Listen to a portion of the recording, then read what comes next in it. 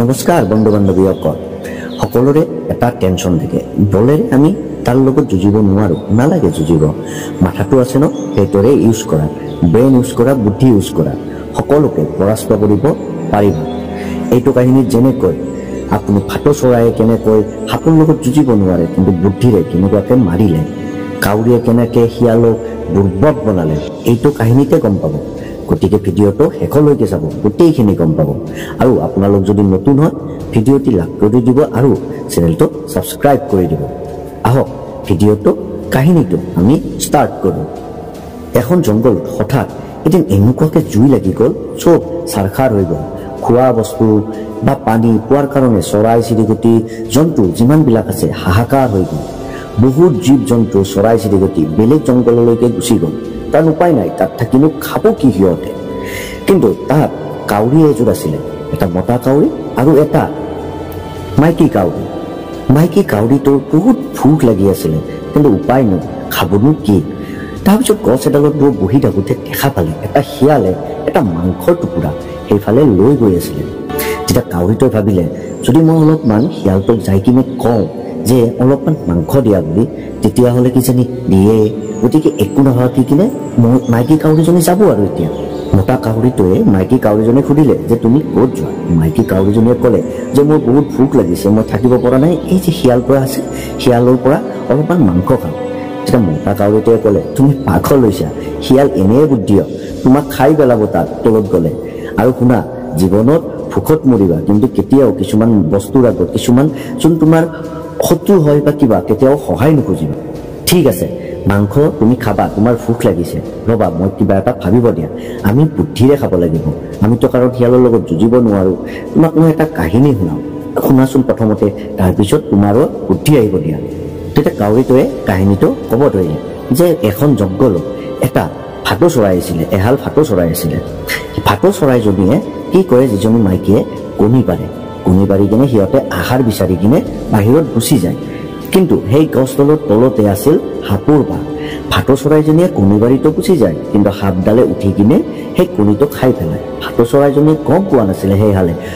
মাইকী হওক মতা দুটা ভাটৌ চৰাই ভাবে যে কণীটোতো পাৰি থোৱা যায় কিন্তু যাই ক'ত এনেকৈ বহুত দিন যোৱাৰ পিছত সিহঁতে অলপ চুপি কিনে চাব ধৰিলে যে হয় কি তেতিয়াই দেখা পালে যে সাপডাল ওলাই আহে আৰু কণীটো খাই পেলায় তেতিয়া ভাটৌ হালে বহুত দুখত পৰিলে ভাবিলে আমিতো সাপৰ লগত যুদ্ধও কৰিব নোৱাৰোঁ আৰু আমাকনো সহায় কৰিবনো কোনে এতিয়া যিমানে কণী পাৰে এতিয়া সিমানে সাপডালে খাব এতিয়া বেলেগতো যাব নোৱাৰোঁ তাত বা আৰু কি পৰিস্থিতি নতুন শত্ৰু পুৰণাখিনিয়ে আমি যুঁজিব পৰা নাই আৰু নতুন শত্ৰু পালেনো আমি কৰিম কি এনেকৈ বহি থাকোঁতে এটা পানী কাউৰী আহিল সিহঁতৰ মাজত পানী কাউৰীটো যেতিয়া আহিলে সুধিলে যে তোমালোকৰ কি ইমান দুখ হৈছে তেতিয়া ভাটৌ হালে গোটেইখিনি কথা কৈ দিলে পানী কাউৰীটোৱে ভাবিলে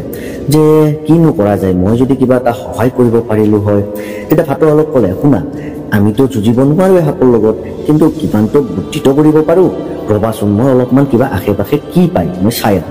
এনেকৈ পানী কাউৰীটোৱে আশে পাশে যি আছে চালে দেখা পালে এটা পুখুৰী আছে পুখুৰীটোৰ কাষত এটা গাঁত আছে আৰু সেই গাঁতটোত থাকে নেউল তেতিয়া পানী কাউৰীটোৱে ভাটৌ চৰাইহালত আহি কিনে ক'লে যে মই এটা বুদ্ধি সাজিব পাৰিম য'ত তোমাৰ শত্ৰু নোহোৱা হৈ যাব তেতিয়া ভাটৌ হালে ক'লে বোলে কেনেকৈ ৰবা এই যে পুখুৰীটো আছে মই এটা কাম কৰিম এটা মাছ ধৰি কিনে মই এই যে নেউলৰ গাঁতত আছে তাত এটা মাছ দিম তাৰপিছত অলপ 2 খোজ আগতে আৰু এটা মাছ দিম তাৰে 2 খোজ আগত আৰু এটা মাছ দিম এনেকৈ মাছ এটা দি সাপৰ কাষলৈকে আনিম যেতিয়া নেউলে মাছটো খাব ওলাব মাছটো খাই পেলাব অলপ দূৰ যোৱাৰ পিছত আৰু এটা মাছ পাব এনেকৈ যদি সাপডাল দেখি কিনে যদি মাৰি পেলায় তোমাৰ কাৰণে যিমান অসুবিধা আছে মই ভাবোঁ গোটেই শেষ হ'ব ভাটৌ চৰাইজনীয়ে ক'লে তেতিয়াহ'লে যেতিয়া ভাবিলে ভবামতে কাম হ'ল পানী কাউৰীটোৱে সেনেকৈ যেনেকৈ কৈছিলে এটা মাছ তেনেকৈ দিব ধৰিলে নেউলটো ওলাই আহি কিনে সেইটো পালে পাই এটা মাছ খাই যেনেকৈ সাপৰ কাষত আহিলে ভাটৌৰ কাষত সাপৰ তেতিয়া দেখা পালে সাপডাল নেউল আৰু সাপৰটো কথা জানাই দেখিলেই লাগিল দৌৰ মাৰামাৰি নেউলে সাপডালক মাৰি পেলালে কিন্তু নেউলে ভাবিলে এটা কথা যে এই মাছবিলাকনো ইমান আৰামত মই কেনেকৈ খাব পাৰিলোঁ আৰু সাপডালৰ কাষত কেনেকৈ আহিল এইটো জানো কিবা এটা ষড়যন্ত্ৰ নহয় জানো এনেকৈ নেউলে ভাবি থাকোঁতে ভাটৌ চৰাইজনীয়ে মনতে ভাবিলে আজিৰ পৰা আৰু মই ৰক্ষা মই আৰু মোৰ কণী কোনেও নাখাব মই এটা কাম কৰোঁ নেউলক যাই কিনে মই এটা ধন্যবাদ কওঁ ভাটৌ চৰাইজনীয়ে নেউলৰ কাষত আহি কিনে ক'লে যে ধন্যবাদ দাদা মই সাপডাল আপুনি মাৰি পেলোৱাৰ কাৰণে নেউলে ভাবিলে আচ্ছা তই তাৰমানে মোক ব্যৱহাৰ কৰিছে সাপডাল মাৰাৰ কাৰণে ৰ বুলি কৈ কিনে এই ভাটৌটোক নেউলটোক কামুৰি খাই মাৰি পেলালে কাহিনীটো শেষ কৰি মতা কাউৰীয়ে মাইকী কাউৰীজনীক ক'লে যে কাহিনীটোৰ পৰা তুমি কি শিকিলা শুনা এই যে বুদ্ধিৰে মাৰিলে ঠিকে কিন্তু শেষত যেতিয়া ভাটৌ চৰাইজনীয়ে নেউলটোত যাব নালাগিছিলে কাৰণ শত্ৰুৱে কেতিয়াও মনৰ পৰা কাকো সহায় নকৰে আৰু তুমি মৰি যাবা কিন্তু তোমাৰ ক্ষেত্ৰত যোন শত্ৰু ন সহায় নিবিচাৰিবা এই যে তুমি শিয়ালৰ পৰা সহায় বিচাৰিব যাব ওলাইছিলা ন এই ভাটৌৰ নিচিনা মাৰি খাই পেলাব তেতিয়া কাউৰীজনীয়ে বুজি পালে কথাটো হয় তেতিয়াহ'লে কি কৰা যায় আমাকতো ভোক লাগিছে তেতিয়া কাউৰীয়ে ক'লে ৰবা মই কিবা এটা বুদ্ধি সাজো মতা কাউৰীজনীয়ে শিয়ালক মাত দিলে বোলে শিয়াল দাদা তোমাৰ ভাগৰ পৰা অলপমান মাংস দিবা নেকি মই তাতে অলপমান মাংসৰ টুকুৰা আনিম আৰু এই মাইকী কাউৰীজনীয়ে আৰু ময়ে একেলগে খাম কাৰণ মাইকী কাউৰীজনীয়ে উৰিব নোৱাৰা হৈছে ইয়াতে পৰি থাকে একো খাব নোৱাৰা হৈছে শিয়ালে ভাবিলে এই মাংসখিনিতো মোৰ এনেও একো পেট নভৰে এনেই কম হৈ আছিল তই যদি আহা মইতো তোক খাব পাৰিম আৰু তোৰ লগতে যদি তাইকো খাব পৰা যায় তেতিয়াতো আজি মজাই বেলেগ হ'ব এনেকৈ ভাবি থাকিলে তেতিয়া শিয়ালে ক'লে মইতো দিব পাৰোঁ কিন্তু কাষত আহি কিনে নিব লাগিব তেতিয়া কাউৰীটোৱে ক'লে হ'ব আমিতো তাত গৈয়ে খাম কিন্তু মাইকী কাউৰীজনীয়েতো তাত গৈ একেলগে খাব পাৰিলে ভাল লাগিব কিন্তু কথাটো হ'ল তাইতো উৰিব নোৱাৰে আৰু ময়ো তাইকনো কেনেকৈ টানি কিনে তললৈকে নিম আপুনি যদি এটা সহায় কৰে আমি একেলগে তিনিটাই মাংসখিনি খাব পাৰিলোঁ হয় শিয়ালে ক'লে কেনেকুৱা কি কৰিব লাগিব আপুনি যদি আহি কিনে গছ তলত অলপমান জোৰত ওপৰলৈকে উঠি কিনে কাউৰীটো কামুৰি নি কিনে তললৈকৈ লৈ যায় তেতিয়াহ'লে আমি তিনিটাই একেলগে মাংস খাব পাৰিলোঁ হয় শিয়ালে মনতে ভাবিলে বাপৰে আজি দেখোন মোৰ দিনটো কিমান ভাল মোক নিজে দাৱত দি আছে ইহঁতে তেতিয়া শিয়ালে একোৱে নাভাবিলে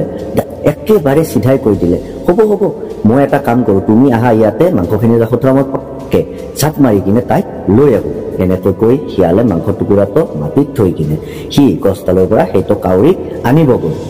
কিন্তু শিয়াল বপুৰাই জানা নাছিলে যে শিয়ালে যে গছত উঠিব নাজানে সি পাহৰি গৈছিলে আৰু জাপ মাৰি কিনে যে কাউৰীটোক আনিবই নোৱাৰে সেইখিনি সময় সি পাহৰিয়ে গৈছে কাৰণ লোভ জাগিছিল তাৰ আৰু লোভত চব বস্তু মাথা কাম নকৰা হয় লোভত এইফালে মাংস এৰি থৈ গ'ল শিয়ালে কাউৰীয়ে যিমান পাৰে মাংস টুকুৰাটো ততত লৈ কিনে